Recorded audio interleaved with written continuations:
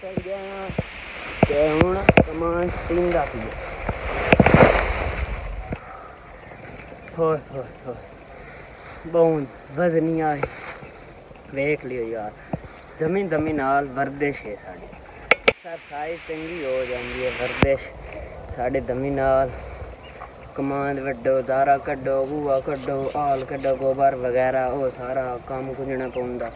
हुण आपां कमांद वाड़ते वेले हो गए आप चलने ब्रेकफास्ट करने।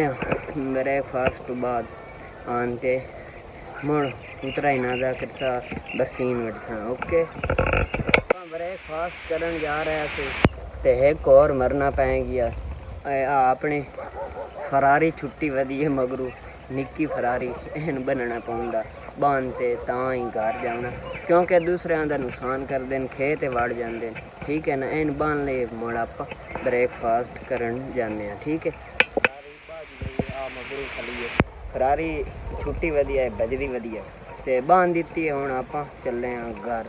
चलो मैं आनते मोड़ कुतरा वगैरह करना माशाल्लाह धुप ही निकल गई ते बिलो काफ़ी अच्छा हो जासी मतलब थोड़ी काफ़ी अच्छी इन्वायरमेंट हो जासी। ठीक है हुण ब्रेकफास्ट कर लिया ते नाश्ता ते हुण जा रहे हैं चादर घरों चाहिए बकरियां हैं ना घर दाम वास्ते कुतरा शुतरा खांदियां ना दे पट्ठे लै जीवन दे। हुण आप बहने ते जा रहे हैं रास्ता कन अजीब अजीब माले मोरी होसी इतना शुगर आई कमान और वधी गई आई बस राह साफ हो गई है सारा वेख लिया पहुँच गए। आ मेरा डेरा माशाल्लाह पेड़ाया ते हुण आपां जेड़ा काम करना वो तुहानू विखा देने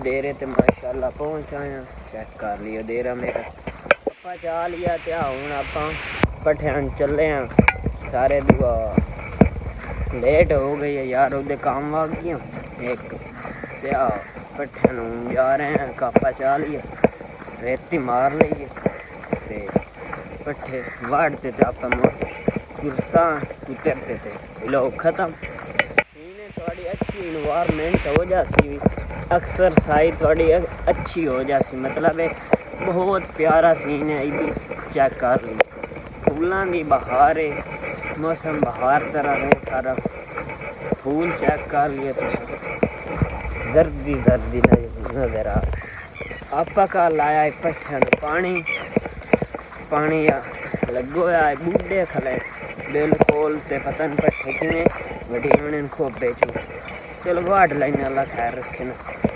पानी नाल बोड़ गए सारे पट्ठे काल पानी लाया ही ना तां वास्ते बूढ़े खले हुण पानी च वढ़ेने वाड़ते ते मुड़ जैसल कुतरा कीता मुड़ भी लो तुहानू भी कहने